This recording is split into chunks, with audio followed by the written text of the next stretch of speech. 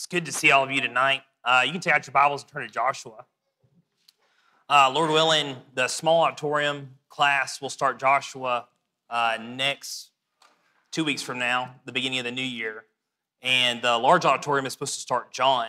And Jason says that material for John will be ready next Wednesday here at the building, Lord willing. So you can be looking for that. But back to Joshua. At the small auditorium, we're going to start Joshua chapter 1. I've been thinking about Joshua all year. And in 18, there's this interesting situation that Nathan just read for us. The situation is that Joshua and mainly Ephraim and Judah, those two tribes, have subdued the land. The big power players in Canaan have been defeated. The big cities have been wiped out. And really, all the people need to do now is get up and go take the land. Go take the rest of it. And the way God proposes to him is like anybody could do it. You just need to go out there and do it. Go possess the land. But here in Shiloh in chapter 18, closer to the end of the book, Joshua's looking around and he's got 7 tribes just sitting around in Shiloh and they haven't possessed the land. And so the only 5 tribes that have a homeland now are Judah, Ephraim, Manasseh, Gad, Reuben. They're ready to have a land, but these other 7 are just kind of sitting around looking at each other. And Joshua's like, what are you doing? You get here to verse 2, but there remained among the children of Israel 7 tribes that have yet to receive their inheritance. Then Joshua said to the children of Israel, how long will you neglect to go and possess the land which the Lord your God, your fathers have given you? Pick out 3 men, right? And at least go send them to go survey it so y'all can eventually move in. And obviously very frustrating for Joshua and for the Lord that he's trying to give them this great blessing, but the people just won't get up and go get it. And so let me start here with a concept from chapter 18, that the people here are trying to receive or about to receive something that they did not work for, something that they did not earn, but a promise that was made to their fathers. Back in Deuteronomy 6, and you can turn to Joshua to the end of the book. I want to go there in just a moment. But in Deuteronomy 6 is one of the first times we see this. Moses says, so it shall be when the Lord your God brings you into the land which he swore to your fathers, to Abraham, Isaac, and Jacob, and give you a large and beautiful cities, which you did not build, houses of good things which you did not fill, hewn out wells which you did not dig, vineyards and olive trees which you did not plant, which you have eaten and are full, then beware, lest you forget the Lord who brought you out of the land of Egypt and the house of bondage. I imagine that many of us here in this room have had to move before, and sometimes moving can be a very difficult and frustrating experience. Because you're trying to figure out where your stuff's going to go, and you're trying to move maybe somebody else's stuff out, and then you're having to make decisions. Well, this couch doesn't really fit in this room, so what am I going to do? We're having these difficult situations. This is not what the Israelites were going to have to deal with. What were they going to do? They were going to show up and move in. And this is the promise that God has made them. I mean, everything's already there. Everything's already in the house. Everything's already in the cellar. You got plenty of food. You don't have to work for any of it. So they're going to receive something that they did not labor for at all. And that compares really nicely with Joshua 24. This, of course, is the very end of the book. And those 7 tribes have taken and possessed the land. And this is what's said here in verse 12 from Joshua. And certainly it's coming from God. Joshua's the speaker.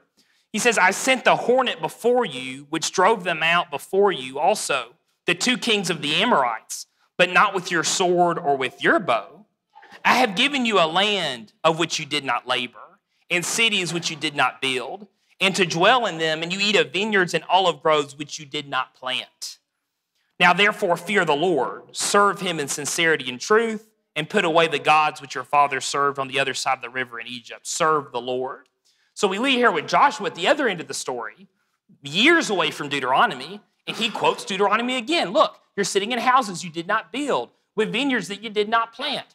And he even says, look, God is the one who drove these people out. You did not use your sword or your bow. It was mainly God that drove these people out and gave you this land. And so very specifically, God is telling them, I have given you something you did not work for. So what would we call that? When God gives you something you didn't work for? Is that not the definition of grace? Getting something you don't deserve? Getting something that you didn't labor for? So when the people possess the land, are they receiving grace from God? Absolutely they are. And if they're not receiving grace from God, then I don't know what grace is. But from my understanding, that's exactly the definition of grace. And you can track it from Deuteronomy 6 all the way to Joshua 24. The people were going to receive this grace from God. And certainly in Deuteronomy 6 and Joshua 24, what should be the product of grace? Well, verse 14, now therefore fear the Lord, serve him with sincerity and truth, right? If you receive grace from God, what's the only logical reaction? Well, I'm going to serve God gratefully with sincerity and truth. And even back to Deuteronomy 6, verse 12. Therefore, beware lest you forget the Lord who brought you out of the land of Egypt. Fear God. Don't forget him because he has given you something you did not work for. So let me just establish this as we leave. Did the Israelites receive grace when they possessed the land? Yes, they did. That's absolutely what that was. And here, Joshua 18, they had not yet possessed the grace that God is trying to give to them. Let's turn back to Joshua chapter 1. And then in just a moment, I'm going to make you flip all the way back to the end again. We're going to bounce over on the covers of Joshua instead of really in the middle. In Joshua chapter 1, there should have been no secret that this is exactly how this process was going to work. At the very get-go, while we're on the other side of the Jordan, God tells them through Joshua, I'm expecting you to go out and possess the land, possess this grace. Verse 10, then Joshua commanded the officers and the people, saying, pass through the camp and command the people, saying, prepare provisions for yourselves, for within 3 days you will cross over this Jordan to go in and to possess the land which the Lord your God is giving you to possess. And here the word possess is used twice, right? He says here, you need to prepare to go in to possess the land which the Lord is giving you to possess, right? Now let me ask this question again.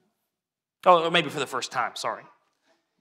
If you have to act to receive God's grace, because that's what he's telling them to do, right? He's commanding them, prepare to go possess the land which the Lord is giving you to possess. They're going to have to go do something, right? They're about to have to cross the Jordan. They're about to have to march around Jericho 7 times on the 7th day, right? Well, is it still grace then? Because we just defined grace as receiving something you did not earn. Well, they're going to have to go march around Jericho 7 times. So I think the verse, though, answers the question. Is this still grace even if they had to act to get it? Well, the word there is still giving you. So they're going to have to possess it, but the Lord is giving them it to possess, right? So is it still grace? I think it's still grace, and it still fits within our definition of grace. And that was even true also for Joshua himself. Look back up to verse 6. This is God speaking to Joshua. He says, be strong and of good courage, for this people you shall divide as an inheritance, the land which I swore to your fathers to give them. Only be strong and very courageous, that you may observe to do all according to the law which Moses my servant commanded you. Do not turn from it to the right hand or to the left, that you may prosper wherever you go. This book of the law, which will not depart from your mouth, but you shall meditate it on day and night, that you may observe to do according that all is written in it, for then you will make your way prosperous, and then you will have good success. Certainly here back in verse 7, do not turn away from the right or the left, that you may prosper wherever you go. What is he telling them? Joshua, if you really want to prosper, what are you going to have to do? You're going to have to do things my way. Don't turn the right, don't turn the left. You do things like Moses told you how to do things, and then you will be successful, right? And so I think it begs this question. Looking at Joshua's significance, that Joshua's going to get to possess this land that God's going to give him, can God's grace here be conditional? Well, all I'm reading here in verses 6 through 8 is what? I'm reading conditions, right? What would we call it? We would call it terms and conditions. And the terms and conditions are, do not turn to the right and left, and then you will be able to take the land, right? And it's also said very well in verse 8. Observe to do according to all that is written in it, the book of the law. For then you will make your way prosperous and have good success. Was Joshua's might and power that this guy's going to come running into Canaan and take the Canaanites and subdue all of them? You know, this guy who grew up as a slave in Egypt, and now all of a sudden he's this conquering general. Was that going to happen without terms and conditions? No, that was going to happen with terms and conditions. The grace here was conditional, especially with these if-then statements, especially in verse 8, right? So possessing grace is conditional, which I think that moves us kind of to our secondary thought here. If grace is conditional, is it possible for the Israelites to miss out on grace? If grace is conditional, is it possible to miss out on? And certainly when we got to chapter 18, it looked like about 7 tribes were about to miss out on something God was trying to give them. Let's now go to the other end. Judges 1. I should have marked these. I should have been put 2 markers on either side of Joshua, and I could have done it like that faster. Judges chapter 1, we're not going to read all this, but I want you to just get a feel of it. Judges seems to be a different author, obviously, than Joshua. It seems to be, this is sort of King David looking backwards. But this is how the kings sort of saw this time period after Joshua died. In verse 21, it says, "But the children of Benjamin did not drive out the Jebusites who inhabited Jerusalem. So the Jebusites dwell with the children of Benjamin in Jerusalem to this day," if I can get it out. The Benjamites didn't drive out the people of Jerusalem, did they? I wonder why. If you look in verse 27, "However, Manasseh did not drive out the inhabitants." Uh-oh. Look at 29. "Nor did Ephraim drive out the Canaanites who dwell in Gezer." Whoops. Verse 30, "Nor did Zebulun drive out the inhabitants of Kidron." 31, "Nor did Asher drive out the inhabitants of Akko." Uh-oh. 33, "Nor did Naphtali drive out the inhabitants of Bethshemesh." Uh-oh. Did any of these people drive out the people they were supposed to? No, they didn't. And really, if anybody did, the argument in Judges 1 is that Judah did. Judah did what it was supposed to do. But the rest of the tribes didn't do the very thing that God told them to do, which is go drive the Canaanites out and possess the land. Well, no, instead they kind of moved in and just made neighbors with them. So it kind of begs the question, especially that Benjamin here failed. Why did they fail? What happened? Especially if I think of it on these terms, why were the people originally able to take Jericho, but they could not take Jerusalem from the Jebusites? What was the difference? Because when I look at Jericho, that event was basically just miraculous. That God sort of just handed them the city, didn't he? And even if you go to Joshua 10 and they fight those 5 Canaanite kings, that whole event is miraculous too. It says there that God killed more of the enemies with hailstones than the people did with the sword. So why all of a sudden did God just forsake the Benjamites and said, "Sorry guys, Jerusalem, you're on your own"? Or what happened? And I think Hebrews 11 gives us some insight on this, about Jericho at least. 11:30, "By faith the walls of Jericho fell down when they were encircled 7 days." So what would have been lacking when the Benjamites took Jerusalem the first time? I think the answer is very clear. These guys didn't have faith the second go around. And that's why all of these different people failed. It came a point when Joshua was alive and Joshua was leading, well, everybody had faith. Maybe they had more faith in Joshua than they had the God behind Joshua. But once Joshua's gone and they're supposed to clean up it on their own, nobody can do it.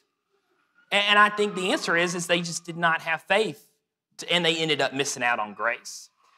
It's all because God's gifts were conditional. And the taking of Jericho was a conditional thing. They had to have faith to do what God told them to do. But if you don't have faith in what God told you to do, well, then you're going to miss out on grace. Look at chapter 23. Joshua warns them that this is exactly what's going to happen. Joshua 23, sort of going back in time a few years.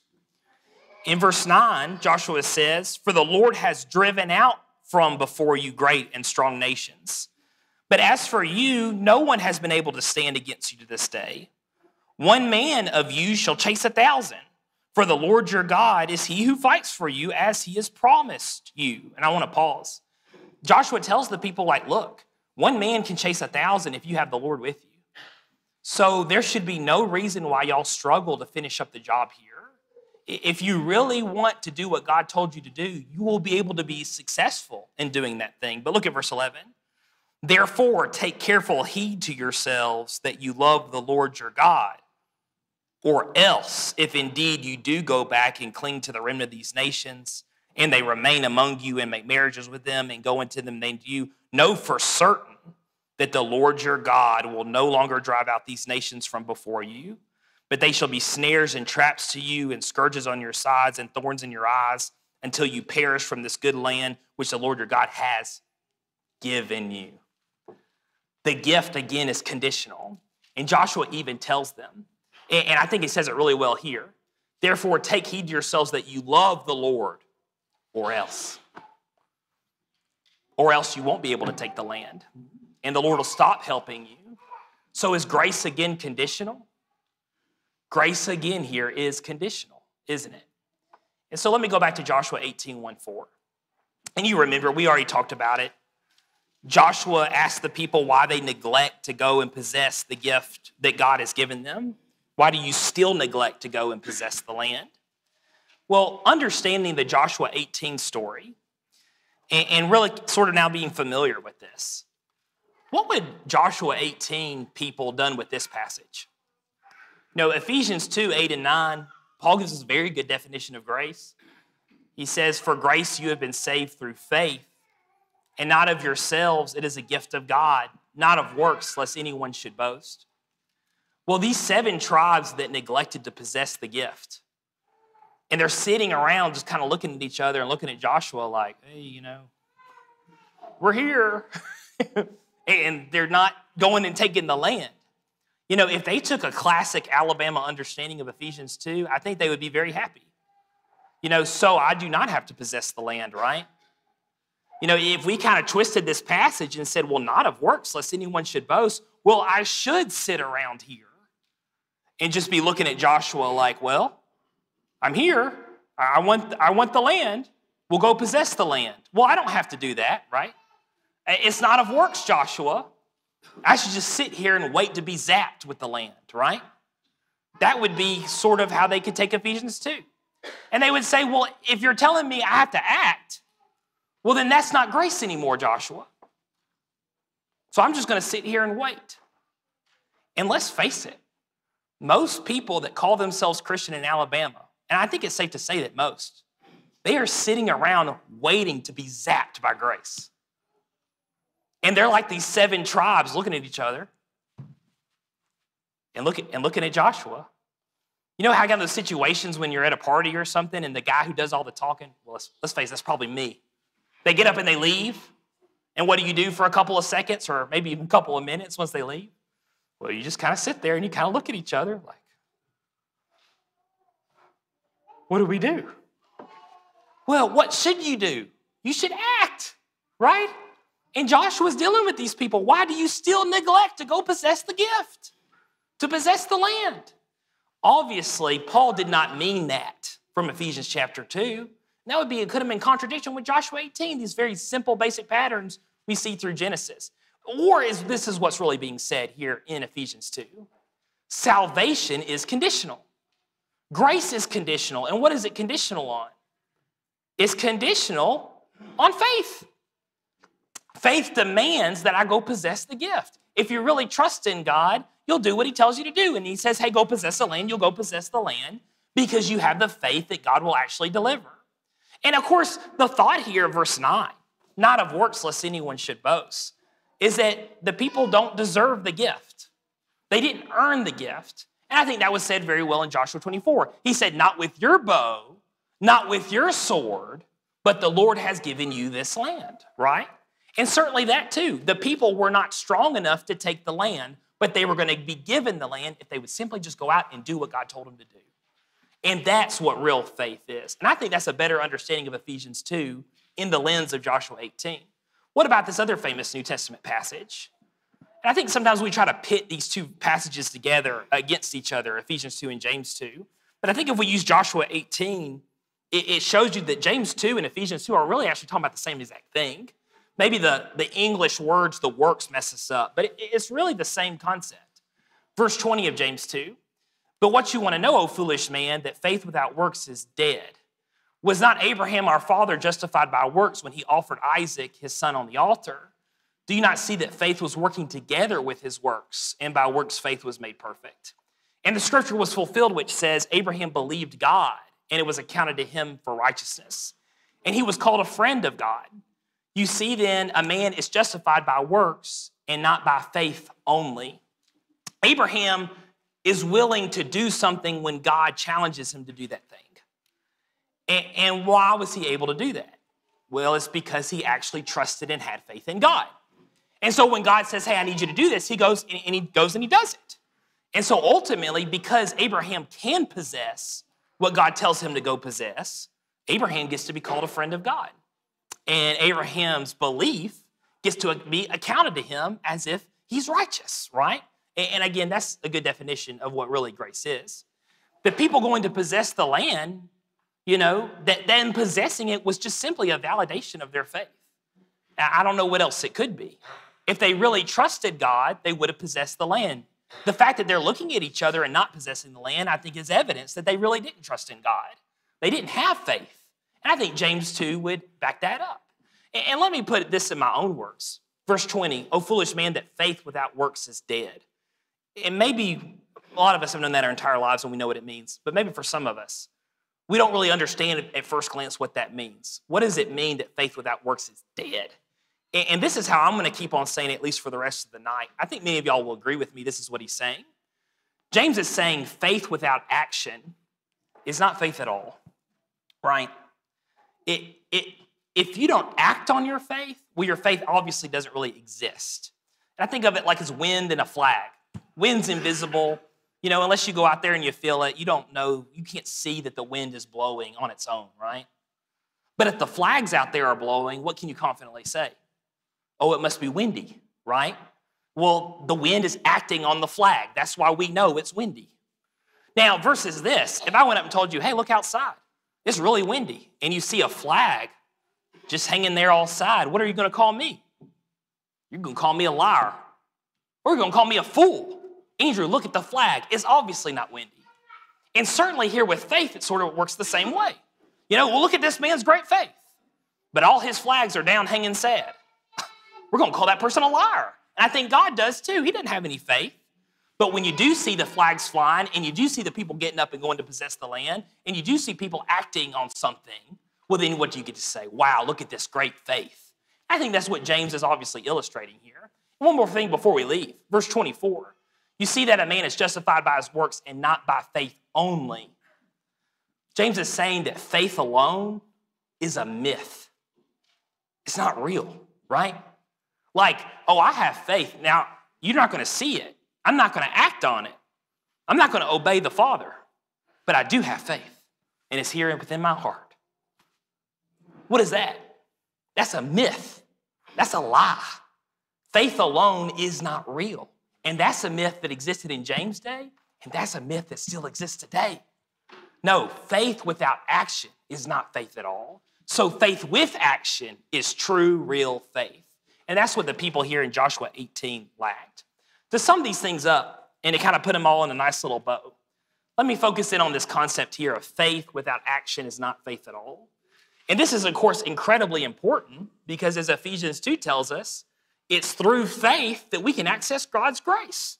So, of course, we need to have true faith. That's how we possess the land, or that's how at least we possess our spiritual inheritance in Jesus Christ.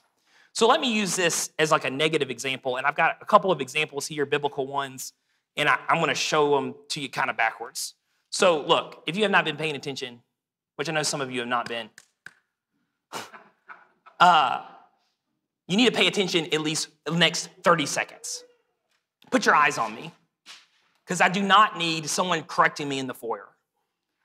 So what I'm about to do is I'm about to show you 5 famous biblical stories. But I'm going to tell the story wrong. All right? You heard me say that, right? I'm going to tell this famous biblical story wrong. It's fictional. It's pretend. But the reason why I want to tell you it's wrong or show you the wrong way of the story is to show you that without these men and women acting on their faith, it would all have been pointless. It would have all been foolishness.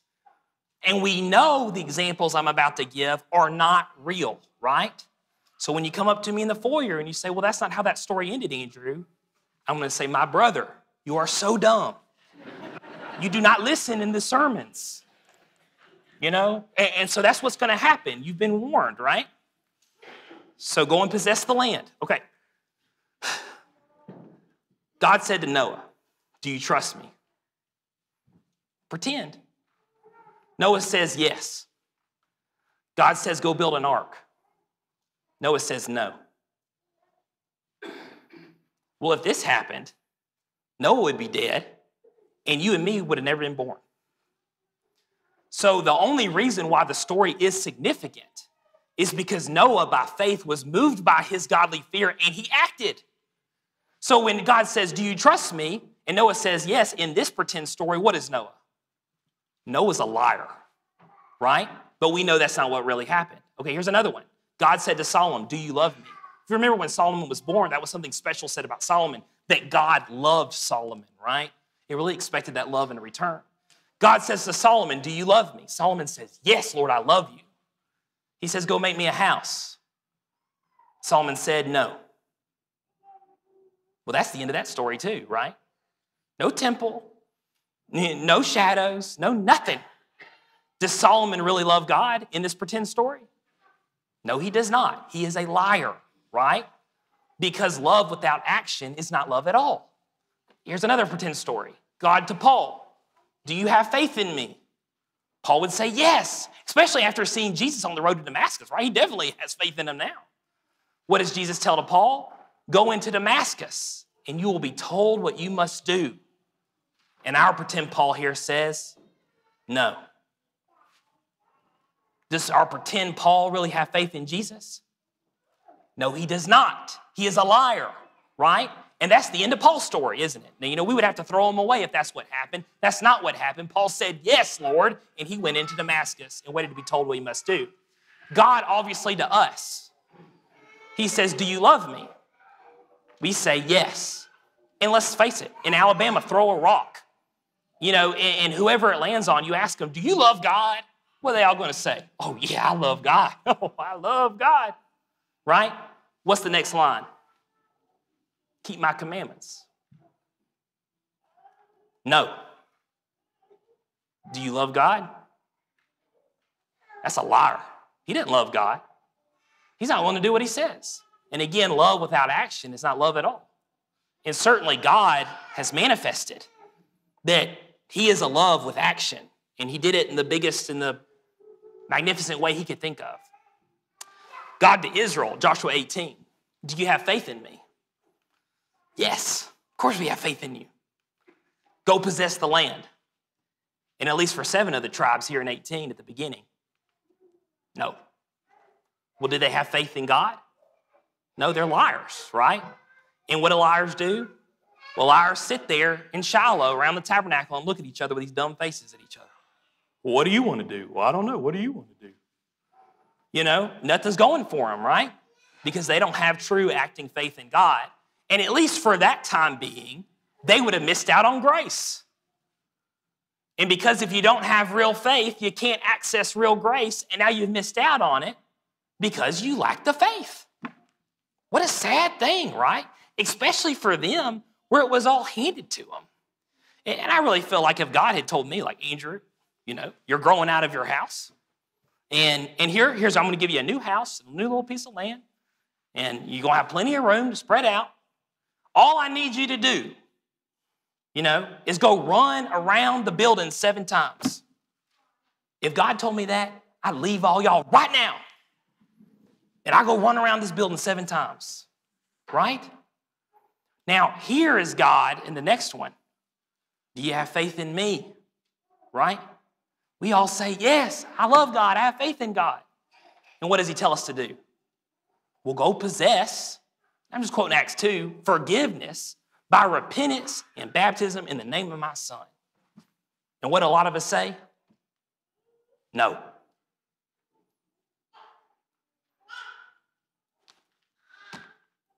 You know, if it was something material like a house, we'd all be running around the building 7 times. That's a lot harder to do than dunking in some water.